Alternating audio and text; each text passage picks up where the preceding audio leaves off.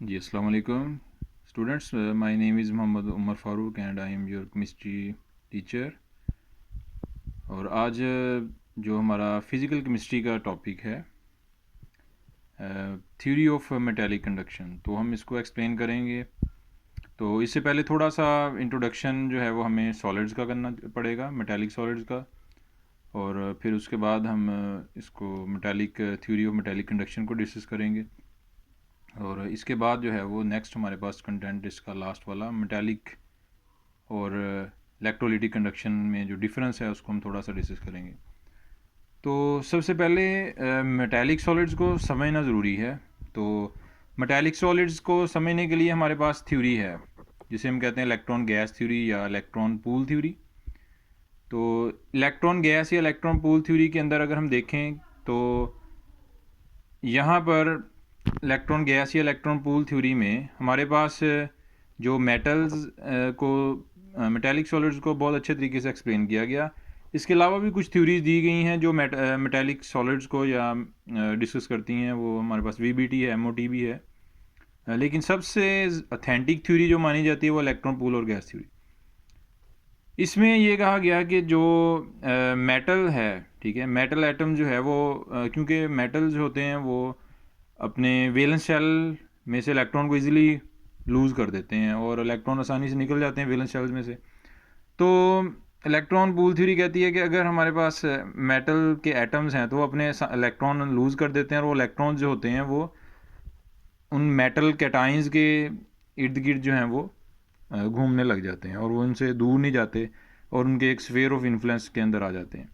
तो metallic solids जो होते हैं उनमें और वो जो इलेक्ट्रॉन्स होते हैं वो मोबाइल होते हैं, रैंडम मोशन रखते हैं और वो इस तरह मूव करते हैं जैसा कि गैस के मॉलिक्यूल्स, ठीक है। तो वो इस तरह इंडिपेंडेंट होते हैं, तो इसलिए इस थ्योरी को इलेक्ट्रॉन पूल थ्योरी और गैस थ्योरी भी कहते हैं। और वो एक पूल की तरह जो है वो मूवमेंट करते हैं।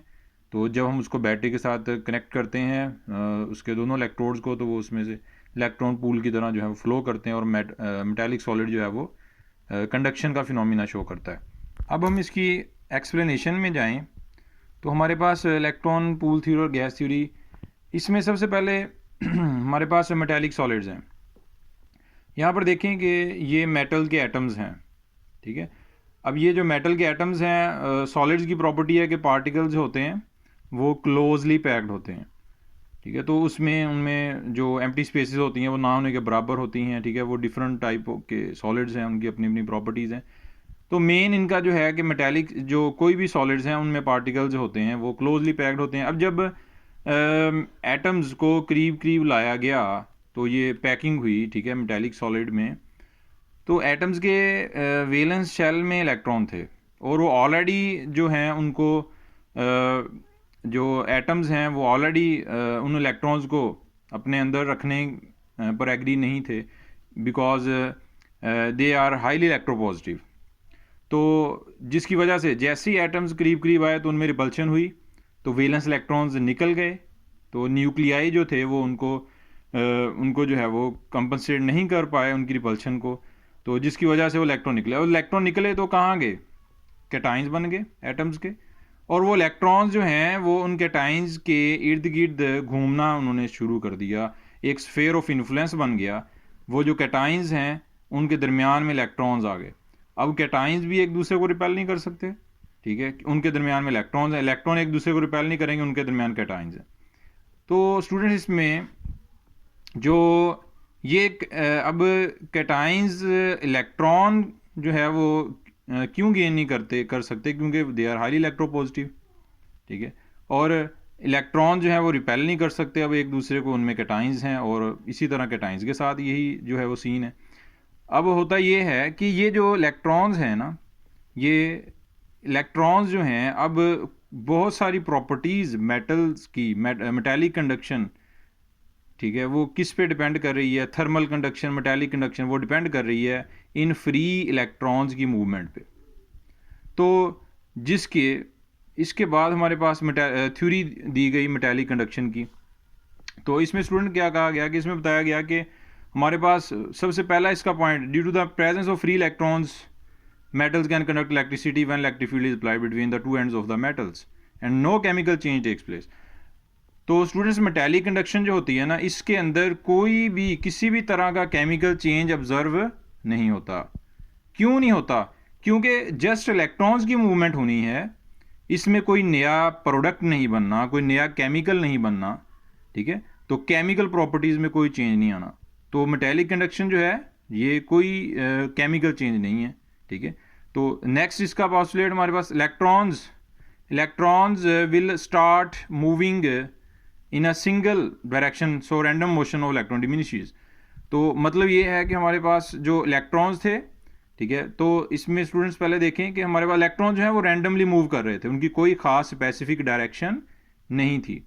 तो अब जो इलेक्ट्रॉन्स हैं, जैसे ही हम बैटरी से इनको कनेक्ट करेंगे, एक इसका पॉजिटिव टर्मिनल होगा बैटरी का और एक नेगेटिव होगा, जैसे कनेक्ट करेंगे तो इलेक्ट्रॉन मूव करने लग जाएंगे फ्रॉम नेगेटिव टू पॉजिटिव, ठीक है, और एक खास डायरेक्शन में मूव करेंगे, ठीक है। तो इलेक्ट्रॉन्स जो उनमें रैंडम मोशन होगी वो ख़त्म हो जाएगी। तो नेक्स्ट पॉस्टुलेट है कि electrical conduction of metal decreases by increasing the temperature. तो जो इलेक्ट्रिकल कंडक्शन है उसका टेम्परेचर के साथ रिलेशन क्या हुआ? उसका रिलेशन हुआ इनवर्स। तो इसके बाद हमारे पास इसका पॉइंट नेक्स्ट आ जाता है, लास्ट पॉइंट, कि जो metals are also good thermal conductors. जो मेटल्स होते हैं वो एक अच्छा, जो मेटल है वो एक अच्छा थर्मल कंडक्टर भी है, यानी कि उसमें हीट ट्रांसफ़र होती है। अब स्टूडेंट इसमें सबसे पहले, इसको हम बाद में डिस्कस करेंगे, एक्सप्लेन करेंगे इस पॉइंट को, तो इससे पहले हमारे पास सेकंड लास्ट पॉइंट कि इलेक्ट्रिकल कंडक्शन जो है वो, अब जैसे ही हम इलेक्ट्रिकल कंडक्शन जो है वो जैसे ही बैटरी से कनेक्ट करते हैं, पॉजिटिव को नेगेटिव से, पॉजिटिव को बैटरी के पॉजिटिव टर्मिनल से और नेगेटिव से लगा देते हैं, तो हमारे पास फ्री इलेक्ट्रॉन थे जिनकी रैंडम मोशन थी, ठीक है। तो ये इलेक्ट्रॉन लेफ्ट से राइट फ्लो नहीं कर सकते थे इलेक्ट्रिकल सर्किट में, हमने बैटरी से कनेक्ट कर दिया। तो स्टूडेंट इसमें अब क्या होगा कि हमारे पास जो नेगेटिव से पॉजिटिव की तरफ इलेक्ट्रॉन फ्लो करना स्टार्ट कर देंगे और उनकी जो एक डायरेक्शनल मोशन जो है वो इलेक्ट्रॉन्स की स्टार्ट हो जाएगी। तो लेकिन इसमें एक फैक्टर है जो इलेक्ट्रिकल कंडक्शन को अफेक्ट करता है, वो क्या है? टेम्परेचर। तो टेम्परेचर का क्योंकि हमने रिलेशन पढ़ा कि वो क्या है? इन्वर्स है, ठीक है। तो टेम्परेचर जो है उसका इलेक्ट्रिकल कंडक्शन से जो रिलेशन है वो क्या है? इन्वर्स रिलेशन है। तो अब यहाँ पर हमारे पास क्या होगा कि जैसे ही टेम्परेचर बढ़ता है तो इलेक्ट्रिकल कंडक्शन क्यों कम हो जाती है? क्योंकि टेम्परेचर के बढ़ने से ये जो कैटाइंस होते हैं, ये जो हैवी पार्टिकल्स होते हैं, ये अपनी ही जगह पर वाइब्रेट करना स्टार्ट कर देते हैं। जैसे ही ये वाइब्रेट करते हैं तो इन इलेक्ट्रॉन्स को गुजरने के लिए कैटाइंस के दरमियान में से जगह थोड़ी मिलती है, इनके पाथ नैरो हो जाते हैं।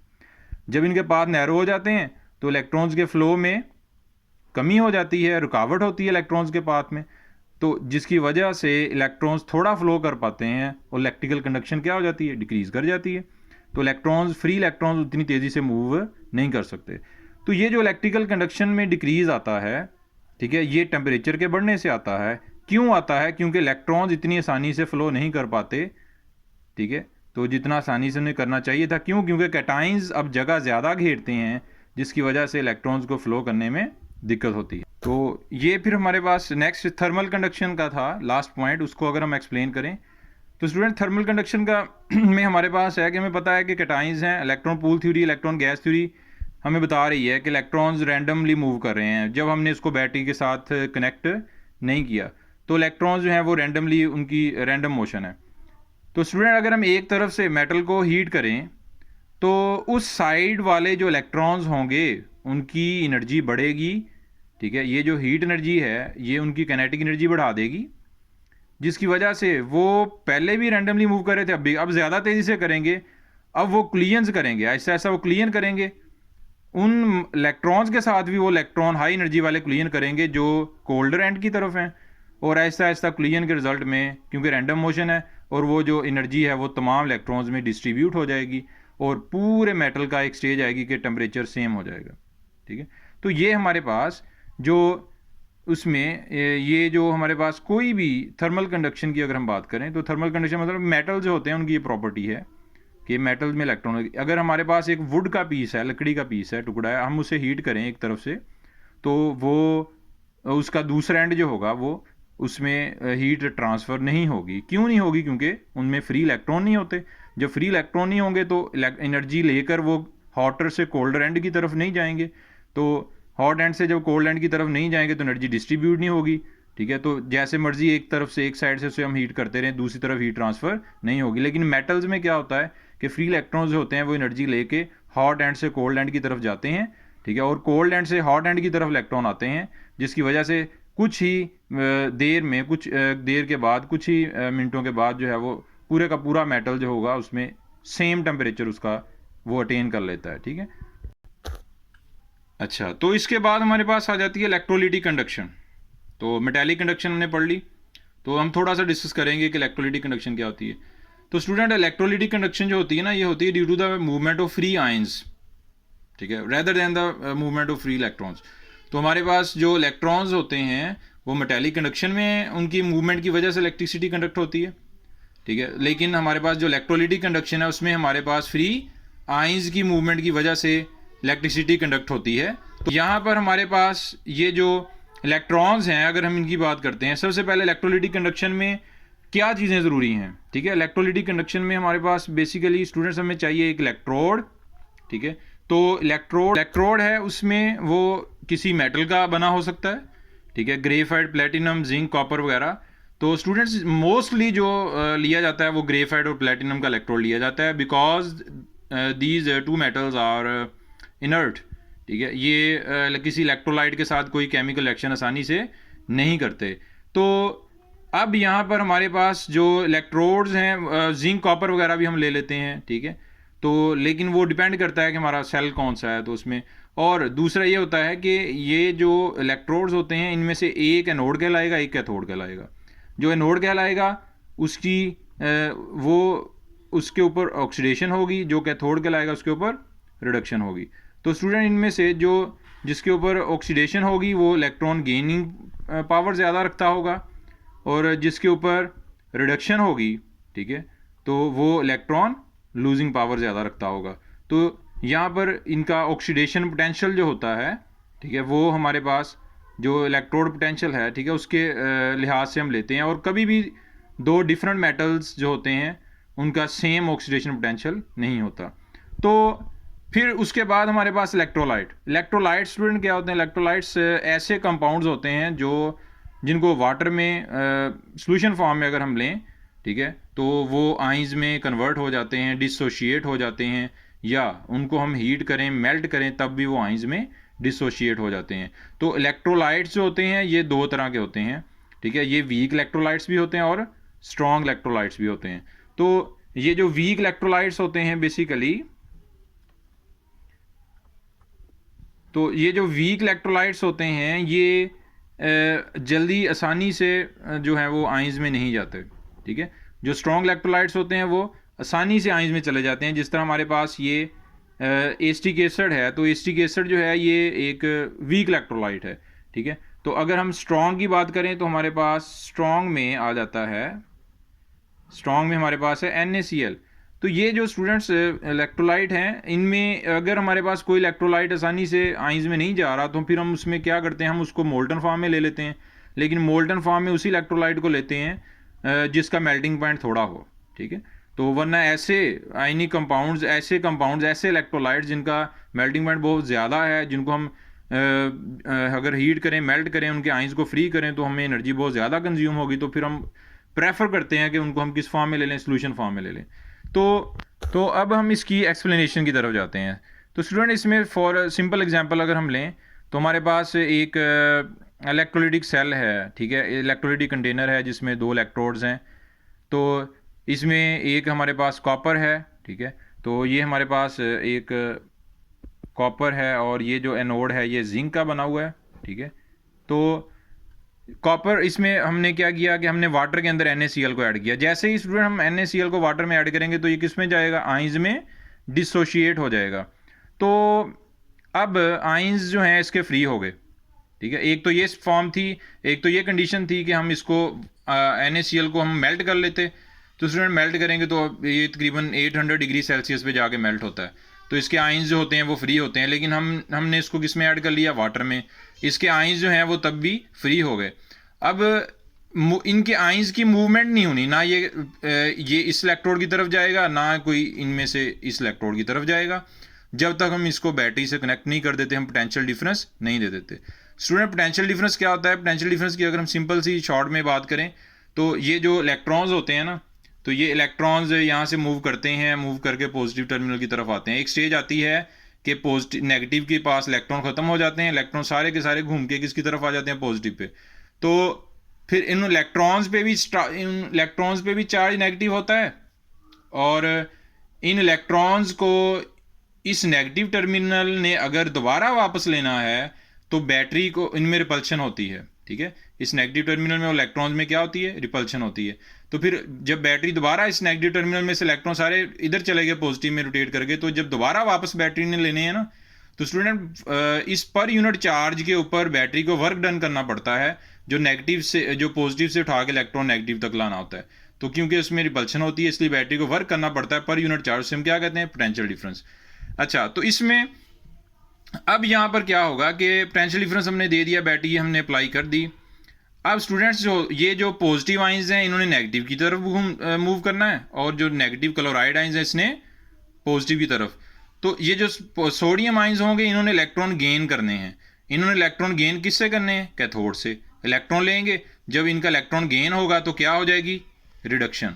ठीक है, और जो क्लोराइड आइंस हैं इन पे चार्ज नेगेटिव है, इन्होंने इलेक्ट्रॉन लूज करने हैं। किसको देंगे इलेक्ट्रॉन? एनोड को। जब ये इलेक्ट्रॉन एनोड को देंगे तो इनका क्या होगा? Electron loss. जब इलेक्ट्रॉन लॉस हुआ तो क्या हो गई? ऑक्सीडेशन। तो इसका मतलब क्या हुआ कि एक एनोड है, एक कैथोड है, उस पर रिडक्शन हो रही है, और इसके ऊपर एनोड के ऊपर क्या हो रही है? ऑक्सीडेशन। तो स्टूडेंट्स, अगर हम इसका रिएक्शन देखें तो दो तरह के रिएक्शन हो रहे हैं, reaction at anode and reaction at cathode.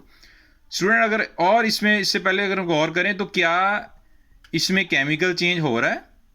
क्या इलेक्ट्रोलिटिक कंडक्शन जो है इसमें कोई केमिकल चेंज हुआ? हाँ जी, इसमें केमिकल चेंज हुआ। क्यों? क्योंकि एक तरफ ऑक्सीडेशन हुई, एक तरफ क्या हुई? रिडक्शन।